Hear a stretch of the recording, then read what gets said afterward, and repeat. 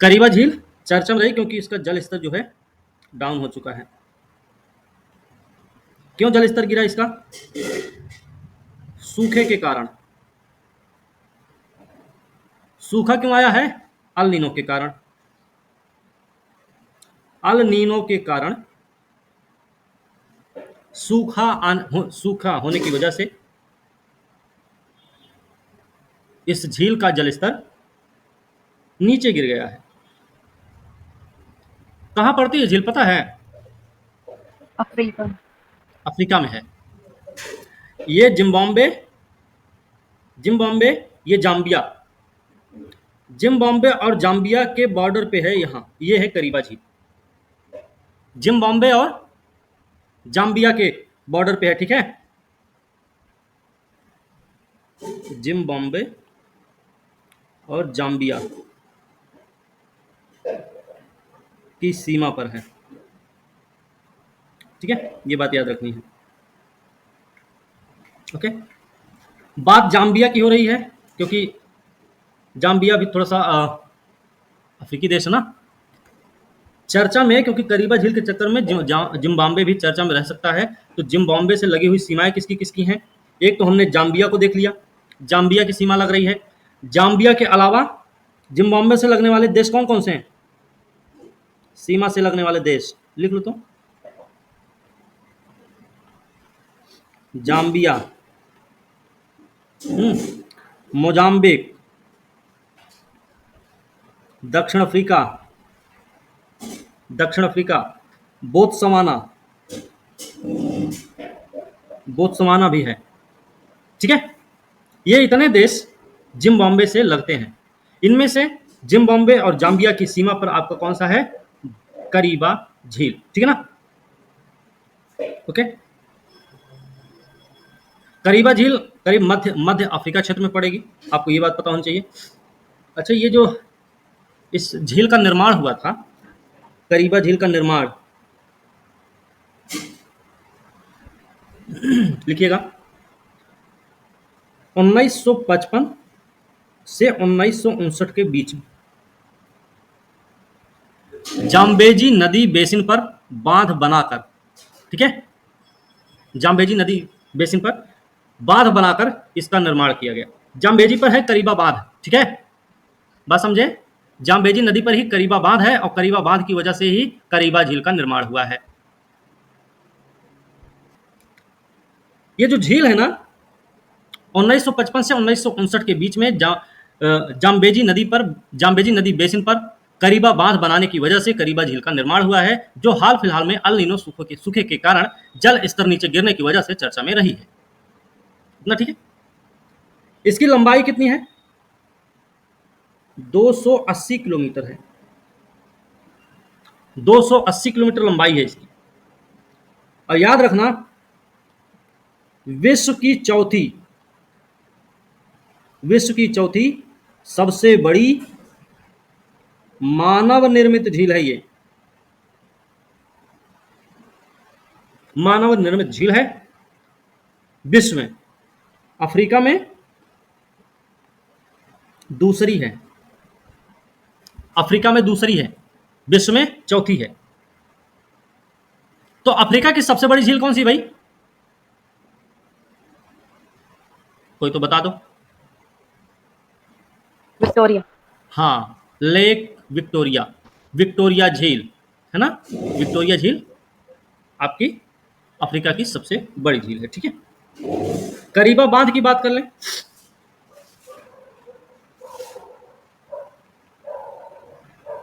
करीबा बांध ये जाम्बिया और जिम्बाब्वे दोनों की राजधानी पता है क्या आप लोगों को? जाम्बिया की राजधानी है लुसाका और जिम्बाब्वे की राजधानी है हरारे, ठीक है। दोनों देशों को जल विद्युत शक्ति प्रदान करता है। दोनों देशों को जल विद्युत शक्ति प्रदान करता है, राजधानी याद रखना भाई, लुसाका और हरारे। ये जो झील है ना, यहाँ पे जो झील बनी हुई, ये मत्स्य पालन के लिए, संरक्षण के लिए, पर्यटन के लिए और मनोरंजन के लिए भी इसका यूज किया जाता है। करीबा जो झील है ना, एक धार्मिक स्थल, लिख लीजिए तो, करीबा झील एक धार्मिक स्थल है।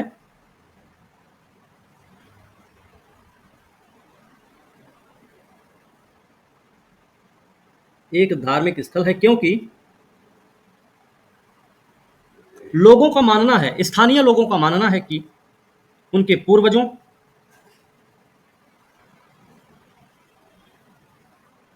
और नदी देवता न्यामी न्यामी, ये नदी देवता है, नदी देवता न्यामी न्यामी को आश्रय प्रदान करता है। ठीक है ना?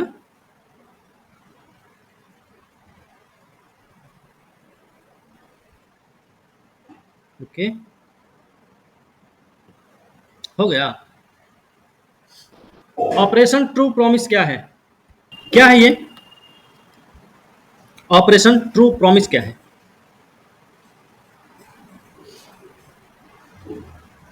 ईरान द्वारा शुरू किया गया है। ईरान द्वारा शुरू किया गया है। किसके लिए शुरू किया गया?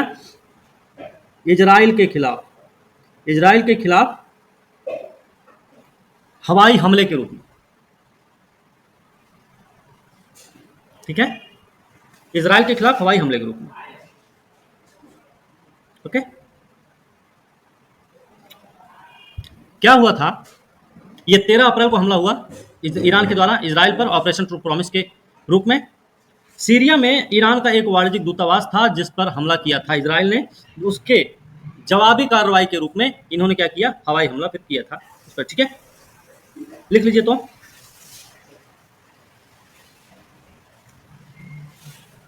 ईरान, सॉरी, बस, नौसेना अलंकरण समारोह।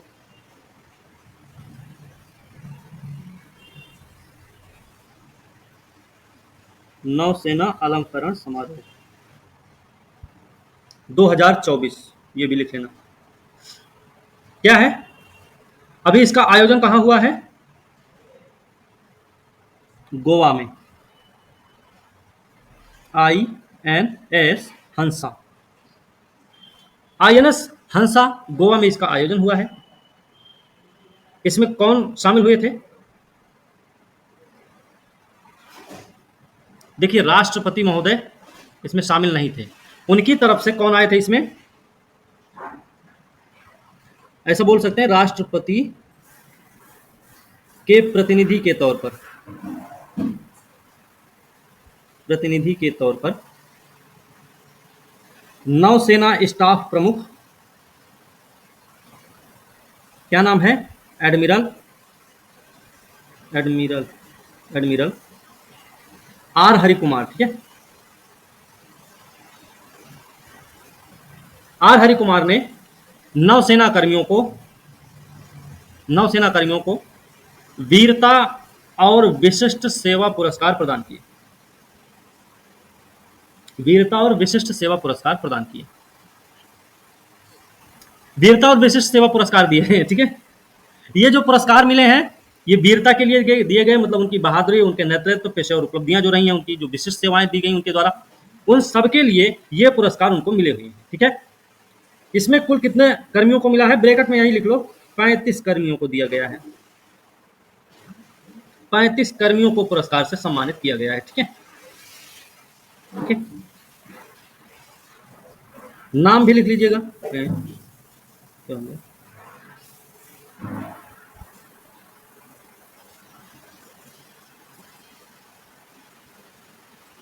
चलिए, इनके नाम लिख लीजिएगा। Commander Manish Singh Karki, Manish Singh Karki.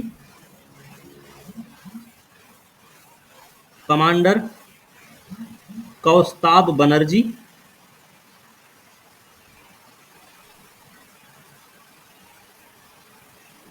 Lieutenant commander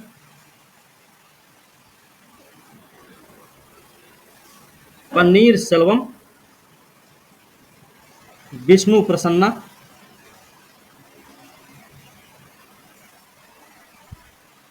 को को नौसेना वीरता पदक से सम्मानित किया गया। नौसेना वीरता पदक से सम्मानित किया गया।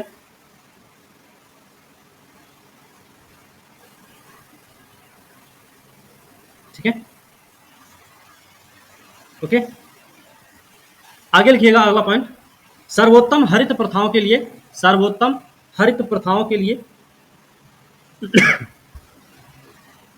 औद्योगिक श्रेणी में,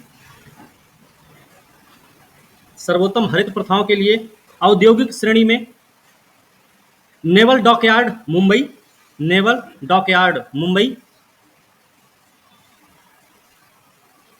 और गैर औद्योगिक श्रेणी में, गैर औद्योगिक श्रेणी में आईएनएस, आईएनएस बलसुरा, बलसुरा को सीएनएस ट्रॉफी, सीएनएस ट्रॉफी दी गई। ओके, हो गया। अभी एक नाम आया हुआ था, गोपी थोटाकुरा, गोपी थोटाकुरा, ये कौन है? लिखिएगा, ये पहले भारतीय अंतरिक्ष पर्यटक हैं, ये पहले भारतीय अंतरिक्ष पर्यटक हैं, ये बात याद रखनी है।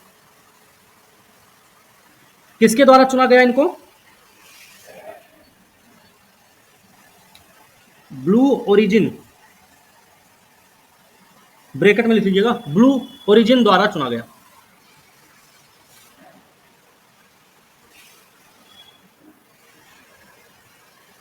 राकेश शर्मा के बाद, राकेश शर्मा के बाद अंतरिक्ष में जाने वाले दूसरे भारतीय,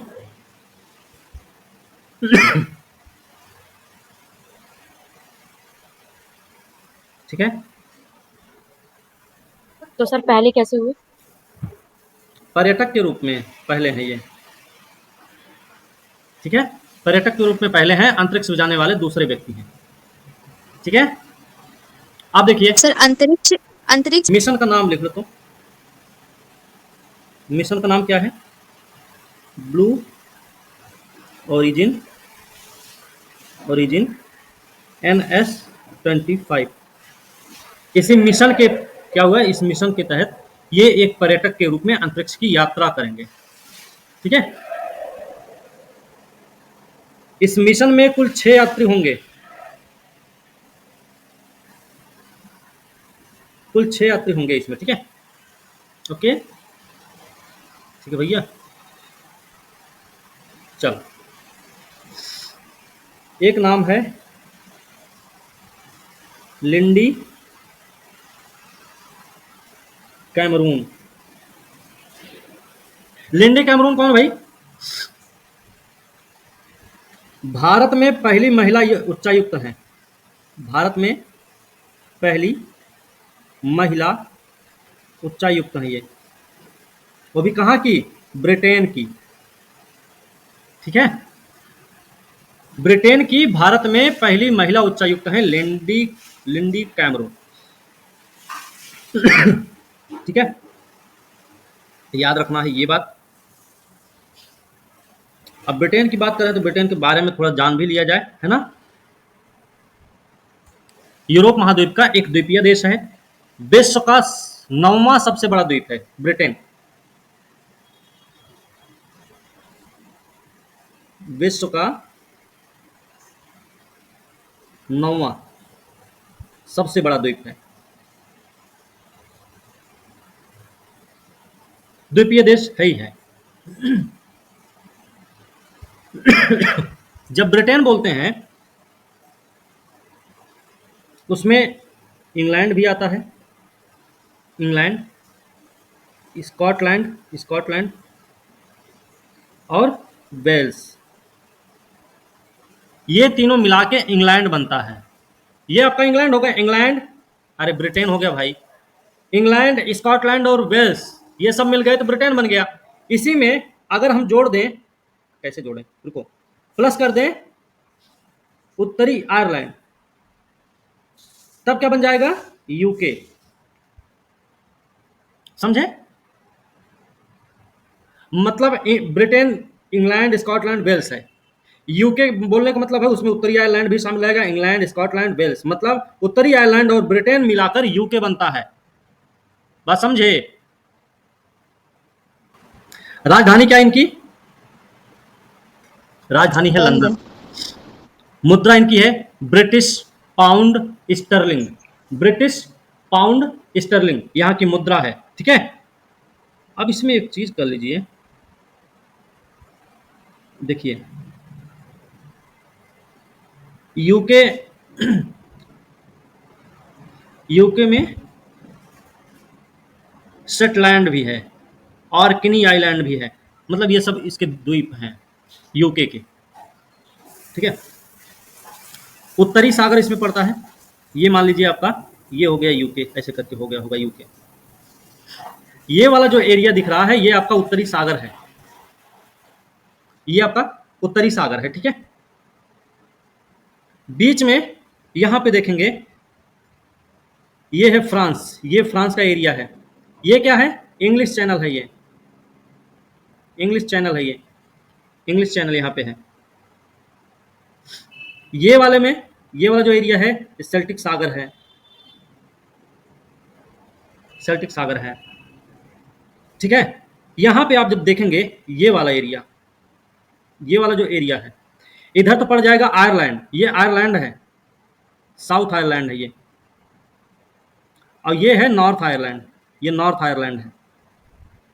ये वाला हिस्सा आता है यूके में, ये वाला यूके में शामिल है। और ये जो बीच में दिख रहा है ये क्या है, इसके बारे में लिख लो, आयरिश सागर, आयरिश सागर, आयरिश सागर है ये। ठीक है, और बाकी जो बचा वाला हिस्सा ये सब है, ये सब जो दिख रहा ये अटलांटिक, अटलांटिक महासागर है। और जाहिर सी बात है उत्तरी गोलार्ध में स्थित है, तो उत्तरी गोलार्ध में स्थित होने के चलते ये उत्तरी अटलांटिक सागर में पड़ेगा। बात क्लियर हुई? ठीक है ना? ओके, तो याद रखना इसमें। अच्छा, जो आयरलैंड है उसकी राजधानी क्या है? आयरलैंड, डबलिन, डबलिन है इसकी राजधानी। वेल्स की राजधानी क्या है, कहां है वेल्स, वेल्स ये रहा, वेल्स की राजधानी क्या है, कार्डिफ, कार्डिफ। ठीक है, स्कॉटलैंड की राजधानी क्या होगी, एडिनबर्ग, स्कॉटलैंड एडिनबर्ग। ठीक है, ओके। अच्छा, एक चीज और देखो भूल गए हम, इंग्लिश चैनल तो ये है आपका, ये जो है ना ये वाला एरिया, एक मिनट, ये वाला जो एरिया है ना ये कौन सा एरिया है, ये है डोवर जल संधि, डोवर जल संधि। किसके किसके बीच में भाई, यूके और फ्रांस के बीच में, फ्रांस है आपका, मत भूलना मत, ये फ्रांस है। ठीक है, यहीं पे देखेंगे ये फ्रांस, इधर आप देखेंगे ये बेल्जियम है ना, इधर फिर देखेंगे ये छोटा सा नीदरलैंड, फिर इधर देखेंगे ये पूरा जर्मनी दिख रहा है, ऐसे फैला हुआ पूरा यूरोप। ठीक है ना, ये जो उत्तरी सागर है ना, उत्तरी सागर में ही पड़ता है फ्रीजन आइलैंड, ये ऐसे करके जो एरिया दिखेगा उत्तरी सागर में उसको बोलेंगे फ्रीजन आइलैंड। ठीक है, उसे फ्रीजन आइलैंड बोलेंगे, यहीं पे है ये।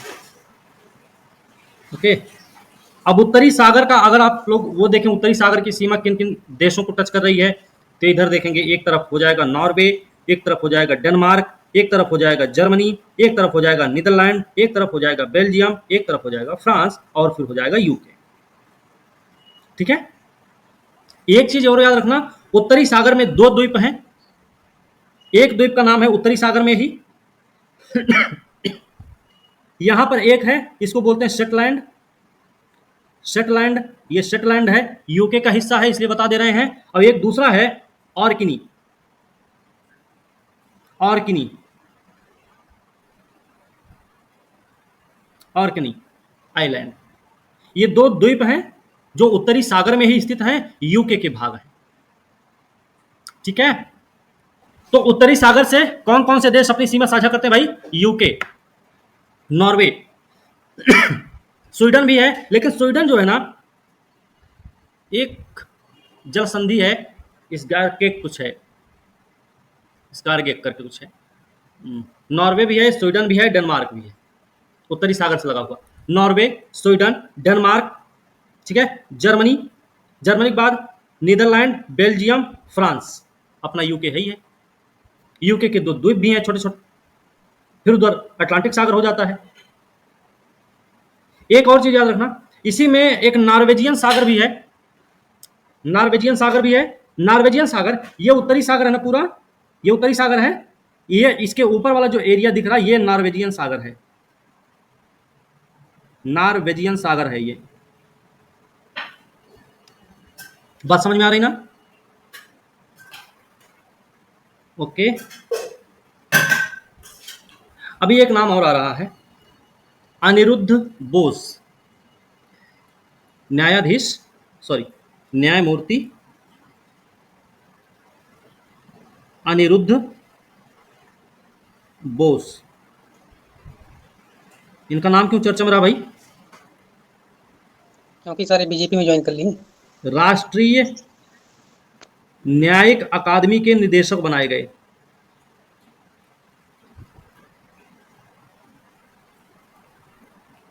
इसलिए चर्चा में रहे हैं। ठीक है, ये सुप्रीम कोर्ट के जज भी रह चुके हैं। ठीक है,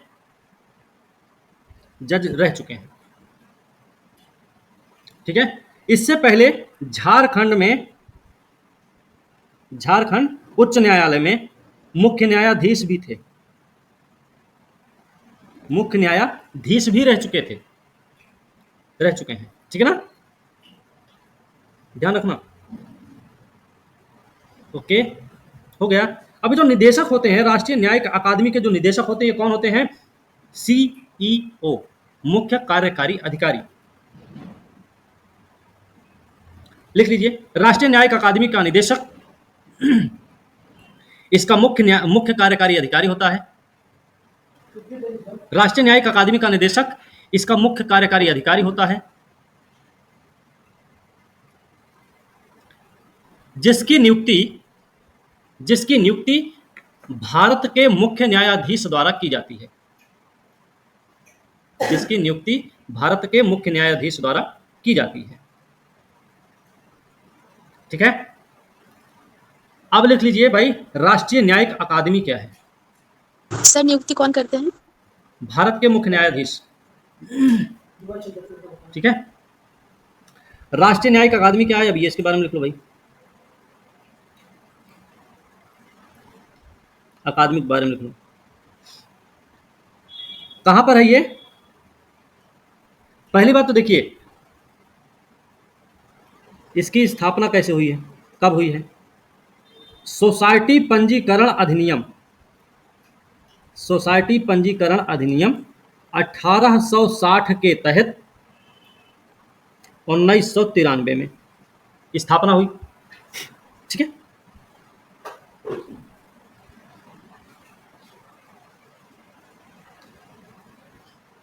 भारत सरकार द्वारा वित्त पोषित है, ये भी लिखिएगा, भारत सरकार द्वारा वित्त पोषित है, ये भी लिखिएगा। सुप्रीम कोर्ट के निर्देश के तहत काम करता है,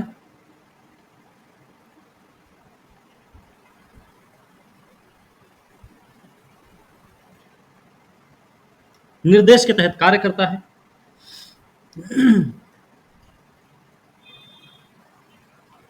कार्य क्या है लिख लो, कार्य लिखिएगा। न्यायाधीशों को उनकी निर्णायक भूमिका, न्यायाधीशों को उनकी निर्णायक भूमिका और न्यायाधीशों को उनकी निर्णायक भूमिका और अदालत प्रशासन कार्य के, अदालत प्रशासन कार्य के निष्पादन में, निष्पादन में सहायता के लिए,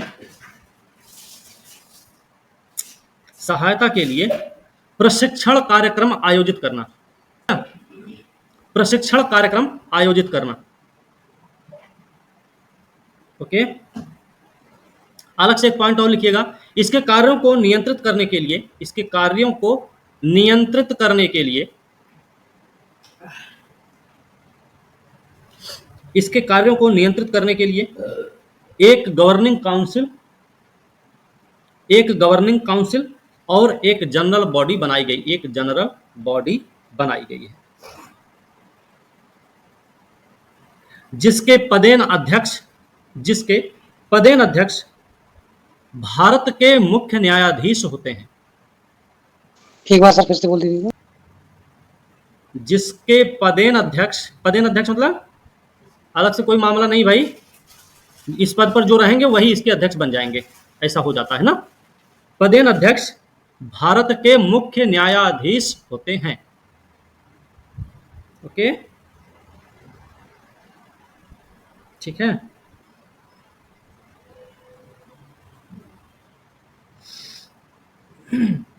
हो गया, चलो एक लिखते हैं, man portable, man portable anti tank guided missile, man portable anti tank guided missile. ठीक है, पहली बात तो याद रखना है ये स्वदेशी है, स्वदेशी है भाई। परीक्षण कहां से किया गया इसका, और सफल परीक्षण किया गया, स्वदेशी है और डीआरडीओ द्वारा बनाई गई है, डीआरडीओ द्वारा निर्मित है। परीक्षण कहां हुआ इसका, पोखरण फील्ड फायरिंग रेंज से इसका परीक्षण हुआ है। ठीक है, डीआरडीओ द्वारा बनाया गया है, स्वदेशी तकनीक निर्मित है। इसके बारे में अगर बात करें तो ये 14.5 किलो वजन है इसका, किलो वजन, और लंबाई कितनी है, 4.3 फीट लंबाई है। आसानी से कहीं भी ले जा सकते हैं इसको, आसानी से कहीं भी ले जा सकते हैं, ले जा सकते हैं। ठीक है, मारक क्षमता कितनी है इसकी, 200 मीटर से 2.5 किलोमीटर तक, 200 मीटर से 2.5 किलोमीटर तक इसकी मारक क्षमता है, ये आपको याद रखना चाहिए। इस मिसाइल में क्या लगा हुआ है लिख लीजिए तो, tandem, tandem high explosive, explosive anti tank हथियार का उपयोग किया गया है। ठीक है, किया गया है। इसके बारे में एक चीज और लिख सकते हैं, यह अत्याधुनिक एक्सप्लोसिव, अत्याधुनिक एक्सप्लोसिव रिएक्टिव आर्मर कवच वाले वाहन को भेद सकता है। ठीक ना। अच्छा, डीआरडीओ के बारे में हम पहले भी लिखवा चुके हैं ना, डीआरडीओ क्या है, कब इसकी स्थापना हुई है, ये सब पहले भी हो चुका है, तो बार बार लिखवाना ठीक नहीं है, है ना। Yes. ओके, Yes, भैया sir. ठीक है, ठीक है। क्या उम्मीद क्या रख रहे हैं अभी आप लोग? छोड़ दीजिए सर। ये भाई देख लीजिए तो। डस्टलिक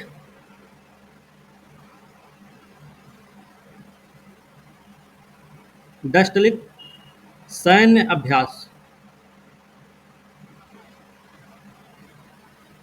ये किसके किसके बीच में होता है?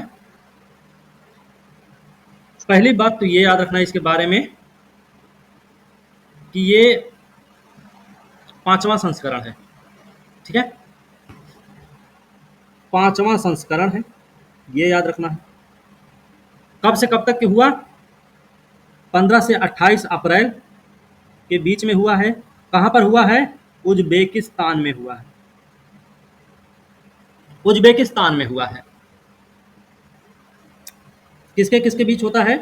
तो भारत और उज्बेकिस्तान के बीच में। ठीक है। अब दोनों देश अगर ऐसी साझेदारी निभा रहे हैं तो इसमें रणनीतिक साझेदारी, आपसी सहयोग को बढ़ावा देंगे। ओके, लिखिएगा, यह अभ्यास संयुक्त राष्ट्र के आदेश के तहत पहाड़ी और अर्ध शहरी परिदृश्य में संयुक्त आतंकवाद विरोधी अभियानों पर केंद्रित है। ठीक है। इसमें जानते हैं दोनों देशों के 45 सैनिक भाग लेते हैं। दोनों देशों 45 सैनिक भाग लेते हैं। ठीक है। और जो भारत की तरफ से शामिल हुए हैं, भारत की तरफ से कौन गया है? नाम क्या है? गढ़वाल राइफल्स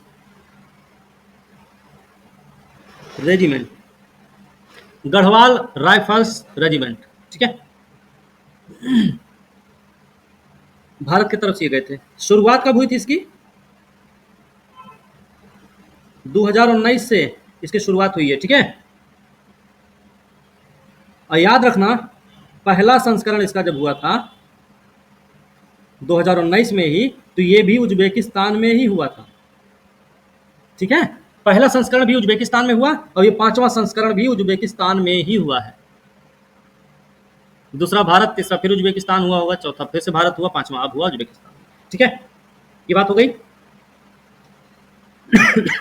अब बात करें उज्बेकिस्तान, क्योंकि बार बार उज्बेकिस्तान की बात आ रही है, तो उज्बेकिस्तान के बारे में थोड़ा सा देख लेते हैं।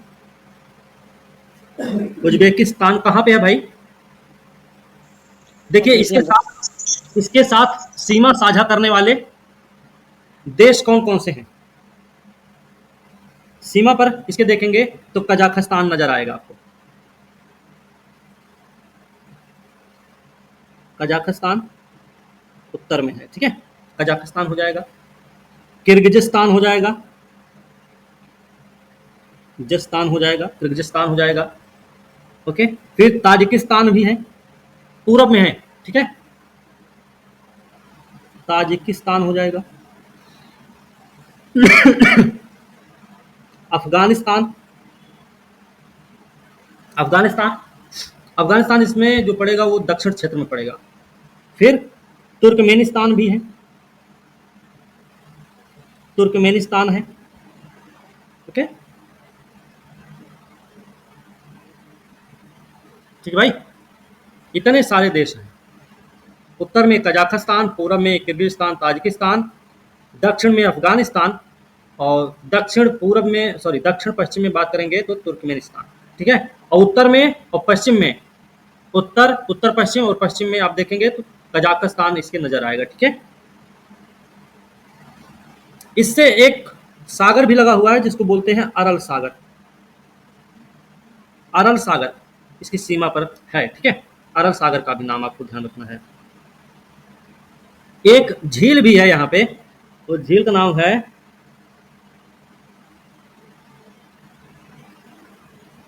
सैरिकामिस। ठीक है, झील है ये। ये झील जो है कहाँ कहाँ पे है, दो देशों में है। एक तो उज्बेकिस्तान में है ही है, थोड़ा सा हिस्सा इसका उज्बेकिस्तान में भी है थोड़ा हिस्सा, और थोड़ा हिस्सा बाकी हिस्सा मिलेगा तुर्कमेनिस्तान में। उज्बेकिस्तान और तुर्कमेनिस्तान में इसका वो पड़ेगा, ठीक है। यहां से बहती है एक नदी, नदी का नाम है अमुदरिया, ठीक है। अमुदरिया नदी बहती है। अमुदरिया यहाँ भी जाती है, फिर ये आपका तुर्कमेनिस्तान होती है, ठीक है। सर हाँ बोलिए ना। अच्छा एक चीज और लिख सकते हैं, एक झील और है यहाँ पे, एक झील यहाँ उज्बेकिस्तान में, आइडारकुल, आइडारकुल करके नाम है कुछ। इसको देखो ऐसे स्पेलिंग लिख लेना खाली, AYDARKUL, लेक है ये, ठीक है। जो कहाँ पे है, यहीं उज्बेकिस्तान में ही है।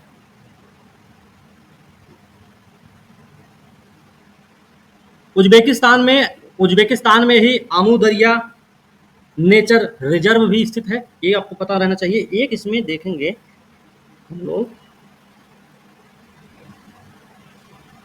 फरगना वैली, फरगना घाटी जो है ना देखने को मिलेगी आपको। फरगना घाटी लिख लो तो, एक फरगना घाटी कहाँ कहाँ पे देखने को मिलेगी, उज्बेकिस्तान प्लस ताजिकिस्तान में, ठीक है। ताजिकिस्तान, इन दोनों क्षेत्रों में मिलेगी फरगना घाटी, ठीक है।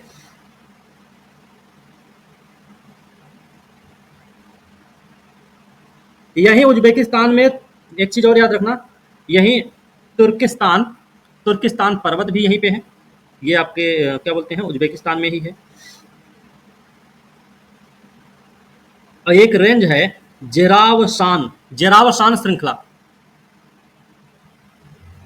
जेरावशान श्रृंखला भी कहाँ पे, उज्बेकिस्तान में ही है ये भी, ठीक है। ये भी यहीं पे है,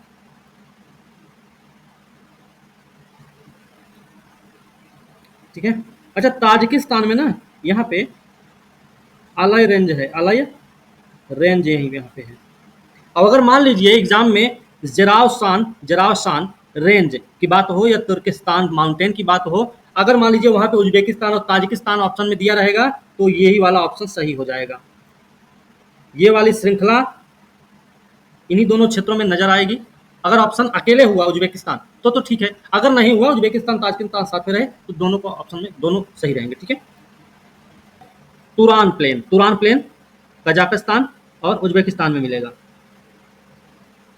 और जानते हैं उज्बेकिस्तान में अगर आमुदरिया नदी बहती है तो कजाकिस्तान में बहती है सीर दरिया, सीर दरिया कजाकिस्तान में बहती है, यहां पे बहती है सीर दरिया। उज्बेकिस्तान में कौन सी बहती है, आमुदरिया, आमुदरिया, ठीक है। ये बात भी हमें ध्यान रखनी है। अरब सागर पड़ता है इसके बॉर्डर लाइन पे, ठीक है। उत्सी उर्त का पठार, उत्सी उर्त का पठार ये कहाँ पे है, ये भी पड़ेगा कजाकिस्तान प्लस उज्बेकिस्तान में, उज्बेकिस्तान में उत्सी उर्त का पठार है, ठीक है ना। मध्य एशिया में है। उज्बेकिस्तान के बारे में एक चीज और याद रखना, स्थल रुद्ध देश है भाई, उज्बेकिस्तान स्थल रुद्ध देश है, मध्य एशिया का देश है। राजधानी इसकी क्या है, ताशकंद, ठीक है। मुद्रा कौन सी है इसकी, सोम, सोम इसकी मुद्रा है, सोम सा से सपेरा वाला सोम, ठीक है। ओके, डॉक्सिंग नाम है उसका, क्या नाम है, डॉक्सिंग। ये क्या है भाई, ये भाई साइबर उत्पीड़न का एक रूप है, ये याद रखना, साइबर उत्पीड़न का रूप है, ये पता होना चाहिए। इसमें क्या होता है, किसी व्यक्ति की सहमति के बिना उसकी निजी जानकारी को सार्वजनिक रूप से प्रकट करना, ठीक है। मतलब किसी की सहमति नहीं रहेगी फिर भी उसकी बातों को हम उजागर कर सकते हैं सबके सामने। ठीक है, क्या क्या पता किया जा सकता है इसके माध्यम से? इसके माध्यम से क्या क्या जानकारी हो सकती है हमको? व्यक्ति विशेष वास्तव में कौन है, व्यक्ति जो है वो है कौन आखिरकार, कहाँ रहता है, कैसे संपर्क किया जा सकता है, ये सारी जानकारी, कौन है, क्या है, कैसे संपर्क किया जा सकता है, कहाँ रहता है, ये सारी जानकारी हम उसकी कर सकते हैं इस डॉक्सिंग साइबर उसके डॉक्सिंग के माध्यम से। ठीक है, एक चीज याद रखना, भारत में इसके विरुद्ध कोई कानून नहीं है। भारत में इसके विरुद्ध कोई कानून नहीं है, भारत में नहीं है, याद रखना। बाकी तो हो सकता है लेकिन भारत में नहीं है। ठीक है, ये याद रखना। फिर भी हम देखें, लिख लीजिएगा, फिर भी आईपीसी की धारा 354 डी 509 और आईटी अधिनियम की धारा 67 के तहत दंडनीय अपराध है। ठीक है, क्या है ये? साइबर उत्पीड़न का एक रूप है। इसके माध्यम से पता किया जा सकता है कि वो व्यक्ति, जो विशेष रूप से जो व्यक्ति है वो आखिर है कौन, कहाँ रहता है, ये भी पता किया जा सकता है, उसके संपर्क कैसे किया जाए। ठीक है, इसका कोई हमारे यहाँ कानून तो नहीं है, लेकिन फिर भी आईपीसी की धारा 354 डी 509 आईटी अधिनियम की धारा 67 के तहत प्रावधान किया गया है, मतलब इसके तहत दंडनीय अपराध है। ओके, अभी क्या चीज? साइबर उत्पीड़न, ये है कुदसिया बाग, कौन से कबूतर,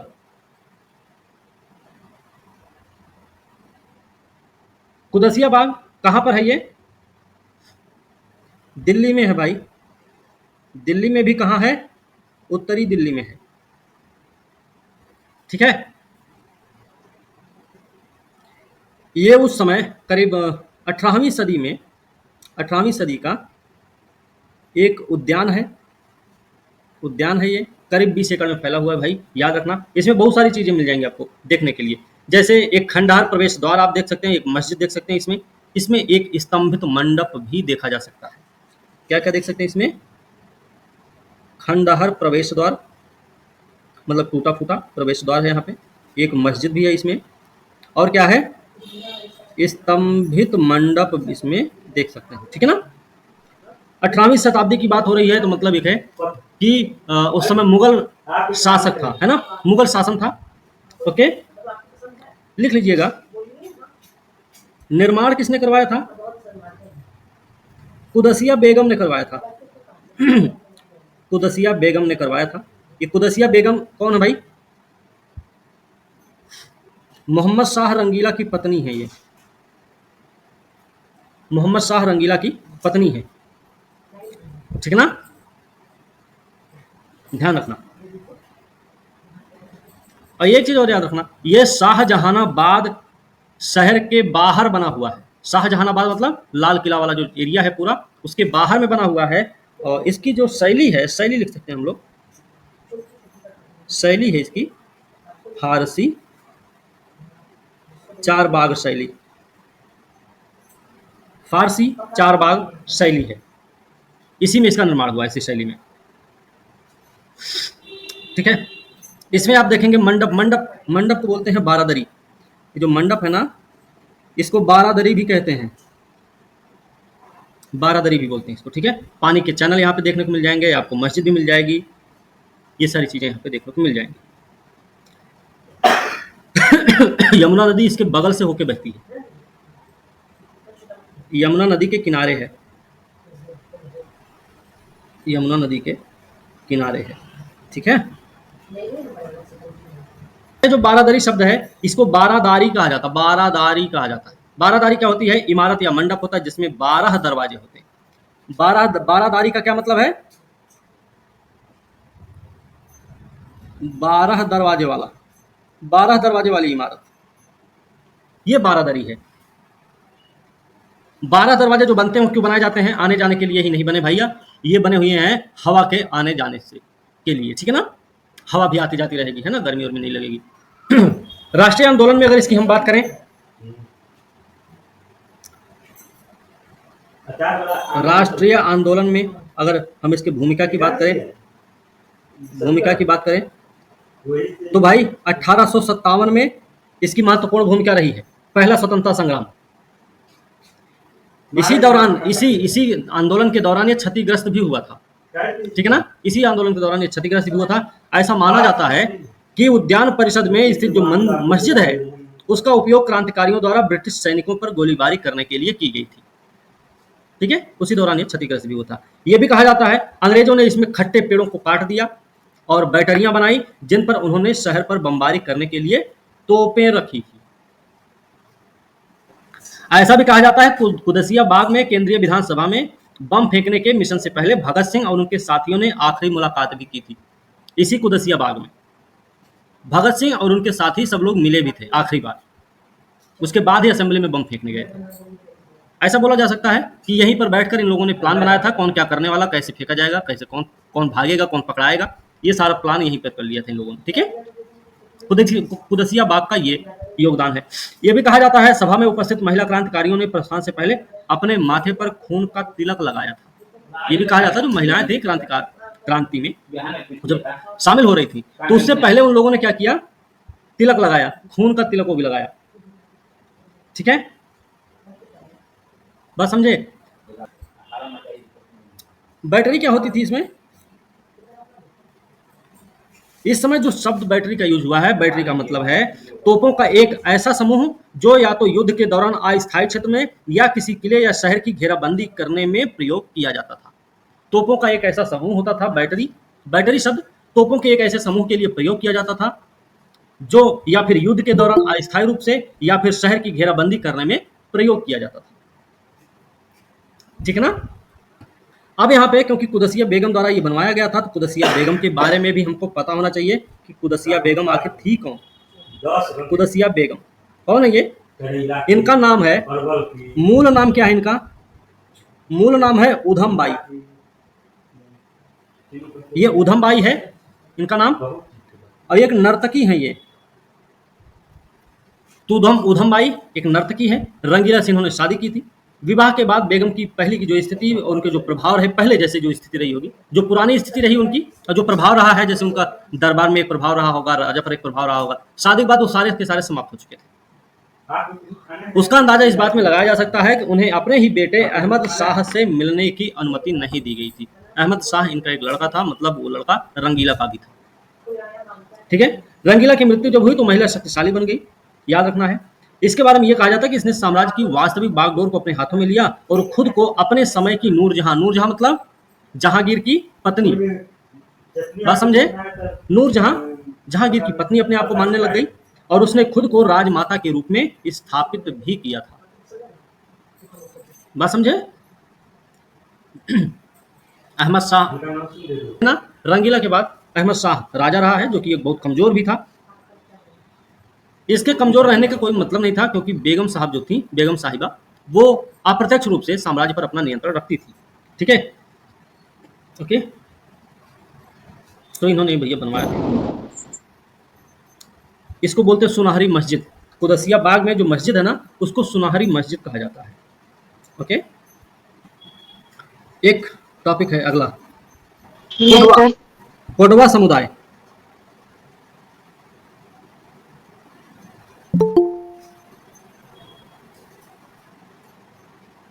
कोडवा समुदाय ये क्या है भाई,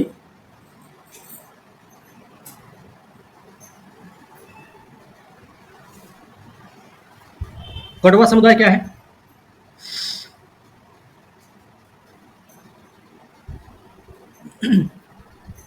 ये समुदाय संबंधित है कर्नाटक से, ठीक है, कर्नाटक से संबंधित है, ये बात याद रखनी है।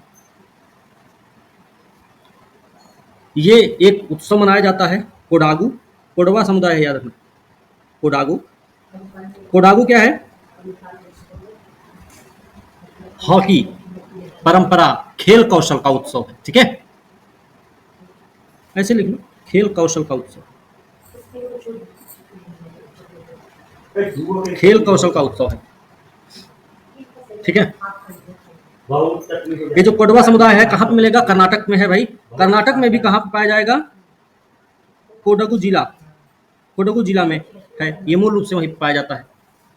और याद रखना ये एक अल्पसंख्यक समुदाय है, ये एक अल्पसंख्यक समुदाय है।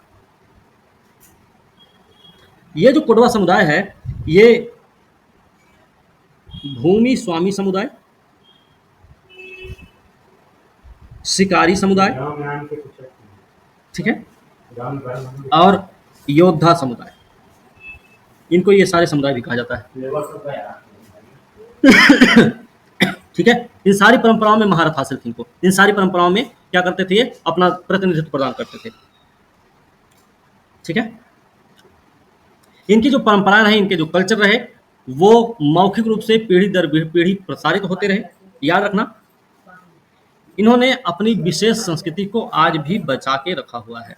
ठीक है, अपनी संस्कृति को बचा के रखा। इनकी भाषा का क्या नाम है? इनकी भाषा कौन सी है? कन्नड़ भाषा होगी इनकी, है ना?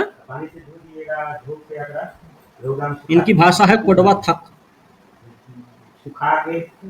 कोडवा थक इनकी भाषा है। और याद रखना एक स्वतंत्र द्रविड़ भाषा है, ये स्वतंत्र द्रविड़ भाषा है। कोडवा थक क्या है? भाषा है जो कि एक स्वतंत्र द्रविड़ भाषा है। लेकिन याद रखना इसकी कोई लिपि नहीं है, कोई लिपि नहीं, कोई लिपि नहीं है।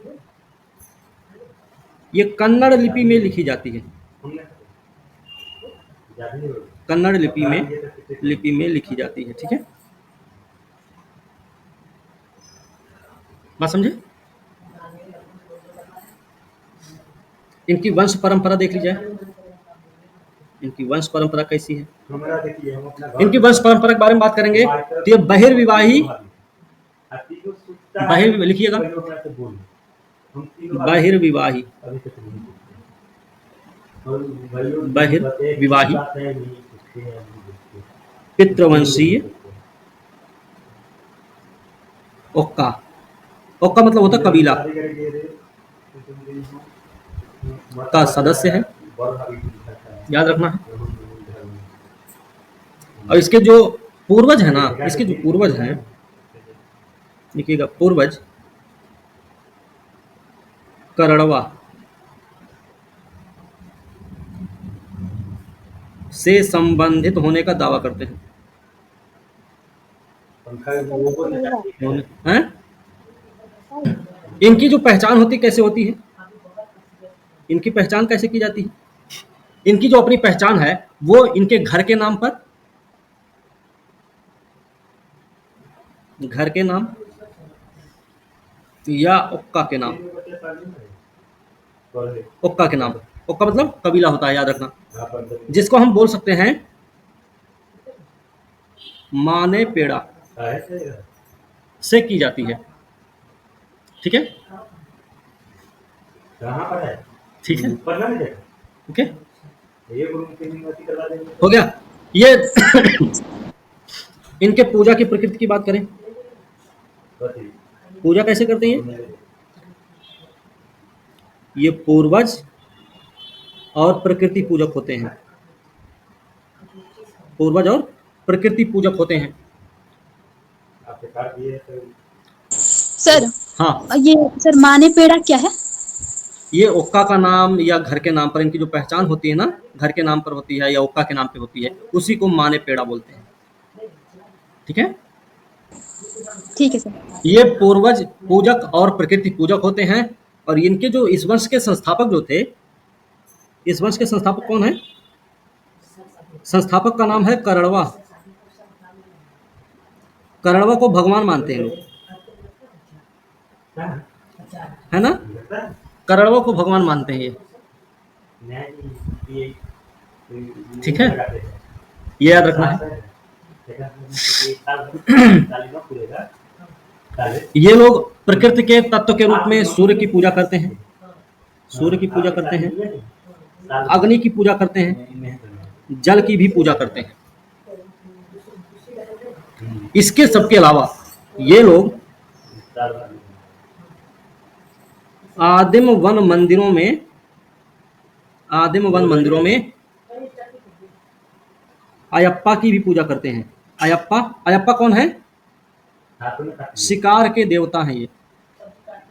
अयप्पा कौन है? शिकार के देवता, इनकी पूजा करते हैं। बात समझे? ये जो प्रकृति पूजक है ना, प्रकृति पूजक का एक उदाहरण आप लोग देख सकते हैं। पवित्र पवित्र उपवन, पवित्र उपवन जिसको हम बोल सकते हैं देवकाड। प्रकृति पूजक हैं, तो प्रकृति पूजक के रूप में एक उदाहरण है पवित्र उपवन। पवित्र उपवन मेरे ख्याल से एग्जाम में भी पूछा जा चुका है आप लोगों से, यूपीएससी में भी पूछा गया है, स्टेट पीसीएस में भी पूछा गया है ये सवाल। और पवित्र उपवन को देवकाड बोला जाता है इनकी भाषा में। ठीक है, ठीक है ना? ये क्योंकि योद्धा थे, ये क्योंकि शिकारी थे, बाद में जाके आगे चलकर इनको क्षत्रिय के रूप में शामिल कर लिया गया। ठीक है, क्षत्रिय समुदाय में शामिल कर दिया, क्योंकि लड़ाका समुदाय था। बात समझे? तो लड़ाका समुदाय होने के नाते इनको क्षत्रिय उसमें कुल में क्षत्रिय समुदाय में शामिल कर लिया जाता है। ठीक है, ये बात याद रखना। कालांतर में इनको मार्शल परंपरा के, इनकी अपनी मार्शल परंपरा के कारण क्षत्रिय हिंदू धर्म में, क्षत्रिय के रूप में हिंदू धर्म में समाहित किया गया था। ठीक है, हो गया भाई, समझ गए? जी सर। वेशभूषा क्या है इनकी? इनकी जो महिलाएं होती है ना, पारंपरिक आभूषण पहनती भाई, प्रकृति से प्रेरित। जो ये पारंपरिक आभूषण पहनते हैं वो प्रकृति से प्रेरित होता है। इसमें क्या पहनती है? रिपुस वर्क। इनके आभूषण जो होते हैं ना, आभूषण में रिपुस वर्क का उपयोग होता है। ये क्या होता है रिपुस वर्क? सोने को पीटकर पतले शीट में परिवर्तित करके सोने को पीटा जाता है, उसका फिर रूप बदल दिया जाता है, फिर जो चाहते हैं वो बना लेते हैं उसी से। ठीक है, तो वो क्या करता है? ये तो महिला है। पुरुष क्या करते हैं?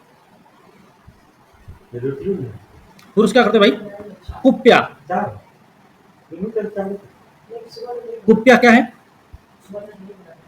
लिख लीजिए, लंबा लंबा काला या लंबा काला या सफेद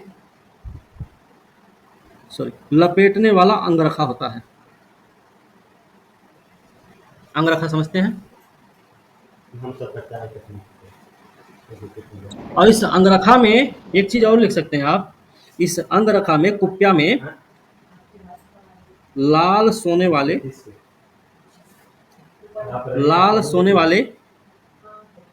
वाले रेशम से कढ़ाई की जाती है। कढ़ाई की जाती है। कुप्या अलग अलग रंग का होता है। सिलाई इसकी जो होती है कुड़वा महिलाओं के द्वारा की जाती है। कढ़ाई में अपने कौशल के द्वारा प्रसिद्ध थी। ठीक है, आज के समय में ये लोग काले रंग का कुप्या पहनते हैं। ठीक है, इनके यहाँ हॉकी महोत्सव है, हॉकी महोत्सव मनाया जाता है। हॉकी विरासत के रूप में भी है।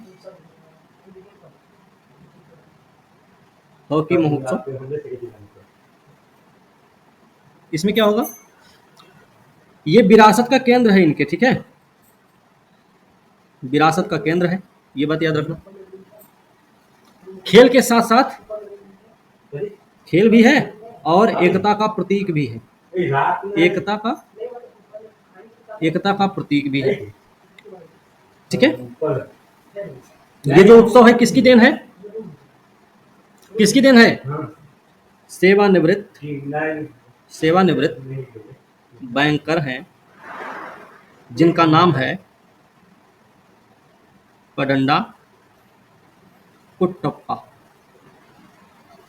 ठीक है, इनके दिमाग की उपज है ये खेल, ये उत्सव। जिन्होंने क्या किया, जो वैमनस्य था ना, इनके बीच में जो वैमनस्य फैला हुआ रहता था, वो कम करने के लिए इन्होंने इस खेल की शुरुआत की या इस महोत्सव की शुरुआत की। मतलब कोडवा समुदाय के वैमनस्य को कम करने के लिए सेवानिवृत्त बैंकर पडंडा कुट्टप्पा के द्वारा हॉकी महोत्सव की शुरुआत की गई थी। ठीक है, अगला टॉपिक है पहाड़िया जनजाति।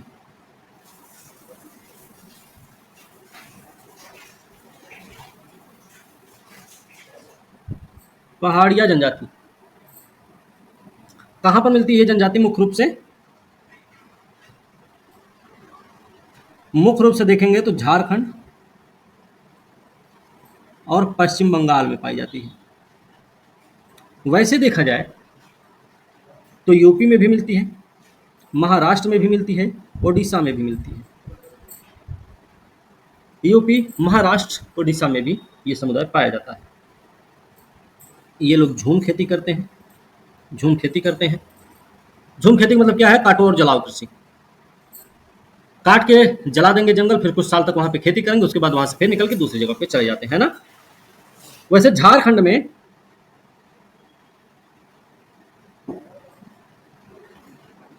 दो प्रकार की पहाड़िया जनजाति पाई जाती है। दो प्रकार की पहाड़िया जनजाति पाई जाती है। कौन कौन सी है? एक तो है सोरिया पहाड़िया।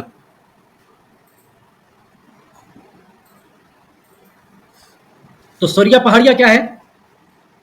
सोरिया पहाड़िया भाई झारखंड की आदिम जनजाति है। आदिम जनजाति है। कहां पे पाई जाती है? साहेबगंज, पाकुड़, गोड्डा, दुमका, जामताड़ा, यहां पर पाई जाती है। नॉर्मल बोल दिया जाए तो संथाल परगना क्षेत्र में। ठीक है, ठीक है।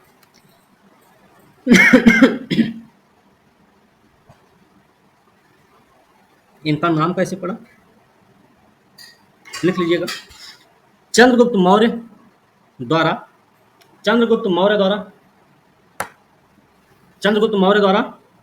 भारत भ्रमण के दौरान राजमहल पहाड़ी जो है ना, गंगा नदी के दक्षिण में स्थित है। ये भी बात याद रखना, ठीक है। राजमहल पहाड़ियों के उपनगरों में रहने वाली जंगली आदिम प्रजातियों का उल्लेख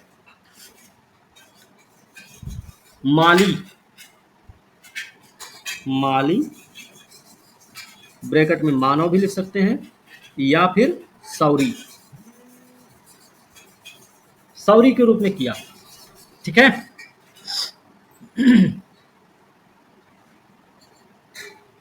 हो गया। इनकी पहचान कैसे होती है? इनकी पहचान की जब बात करेंगे तो इनकी पहचान एक लड़ाकू कबीले के रूप में हुई है। कबीले के रूप में जो अपनी स्वतंत्रता को बनाए रखने के लिए हमेशा संघर्ष किया था। ठीक है ना।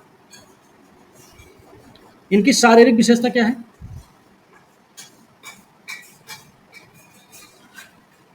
शारीरिक विशेषता क्या है? कद छोटा, नाक चौड़ी, कपाल धड़िया, रंग हल्का भूरा, बाल कैसे होते? घने और लहरदार। ठीक है, बाल घने और लहरदार होते हैं। सर कपाल घड़िया मतलब? हाँ, ये जो जनजाति है ना, प्रोटो ऑस्ट्रेलॉयड, ठीक है ना, प्रोटो ऑस्ट्रेलॉयड।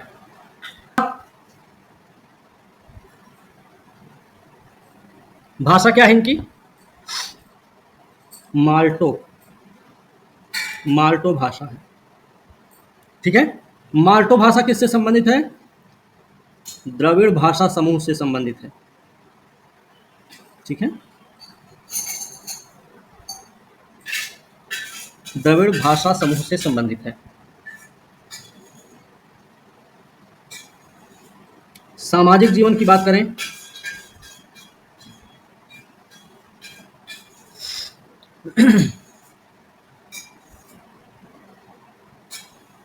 अंतर जातीय जनजाति है ये, अंतर जातीय जनजाति है। मतलब क्या है? संगठन का अभाव है इनमें, ठीक है, इनमें संगठन का अभाव है, सामाजिक संगठन का अभाव है। परिवार कैसा है इनका? पितृसत्तात्मक है, पितृसत्तात्मक है। एकल परिवार की बहुलता है इनमें।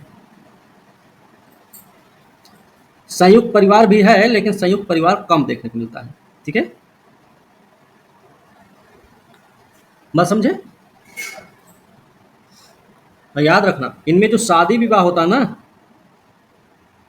शादी विवाह करीबी रिश्तेदार से नहीं होता है, रिश्तेदार से नहीं, करीबी रिश्तेदार से नहीं होता। लेकिन गांव में शादी कर सकते हैं, गांव में शादी कर सकते हैं। गांव में शादी करना इनके यहाँ, इनके बुरा नहीं माना जाता है ना।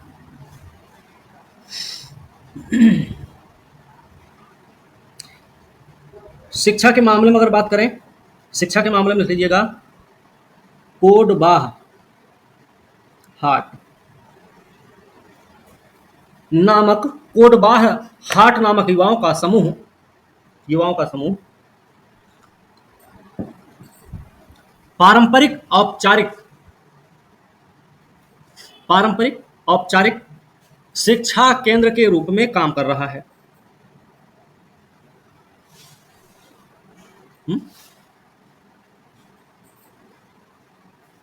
ठीक है। युवा महिलाओं को, अलग से लिखिएगा, युवा महिलाओं को सामाजिक, सांस्कृतिक, धार्मिक और आर्थिक शिक्षा देकर उनके निर्माण में महत्वपूर्ण योगदान देते हैं। ठीक है। इनका जो धार्मिक जीवन होता है वो कैसा होता है?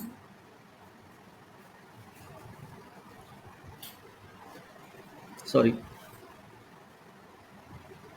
पैतृक पूजा, आत्मा के पुनर्जन्म में विश्वास है इनको, आत्मा के पुनर्जन्म में इनको विश्वास है। ठीक है ना।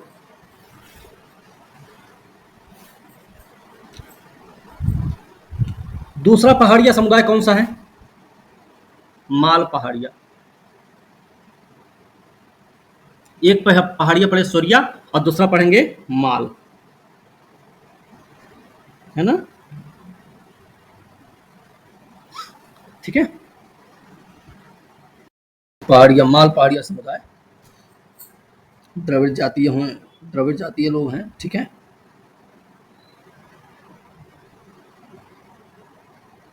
द्रविड़ जातीय हैं, झारखंड पश्चिम बंगाल में पाए जाते हैं। ये सब ऐसे राजमहल पहाड़ी जो है ना, राजमहल पहाड़ी के मूल निवासी हैं। ठीक है। वैसे देखा जाए तो इन्हें पश्चिम बंगाल, झारखंड, बिहार में क्या किया गया है? अनुसूचित जनजाति EST के रूप में सूचीबद्ध किया गया है।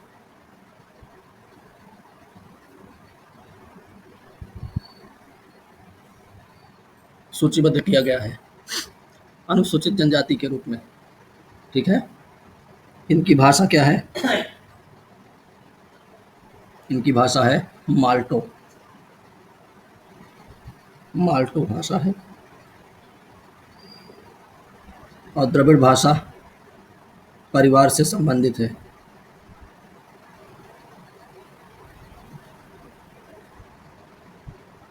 ठीक है। इनका सामाजिक जीवन कैसा है?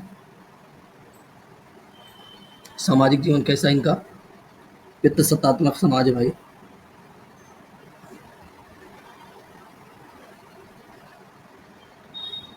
ठीक है, मतलब पति या वरिष्ठ पुरुष घर का मुखिया होता है इनके यहाँ पे। ठीक है, जी शादी वादी के समय में, शादी या कोई और समारोह है उस समय जो रस्म होती है वो बंगाली संस्कृति के अनुकूल। ठीक है, ठीक है, ये थोड़ा ध्यान रखना है। इसको जान लो। वह दिवंगत आत्मा के प्रति, दिवंगत आत्मा के प्रति सम्मान प्रकट करने के लिए शव से प्राप्त धागे की पूजा करते हैं।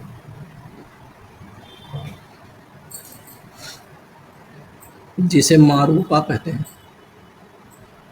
मारूपा कहते हैं।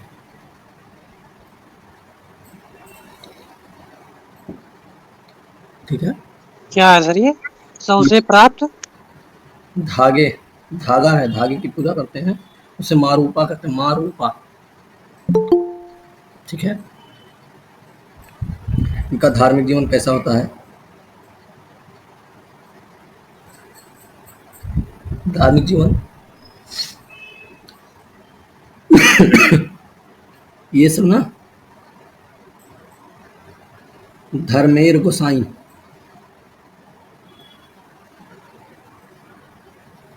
ठीक है, ठीक है, तो धर्मेर गोसाई नामक एक सूर्य देवता का अनुसरण करते हैं।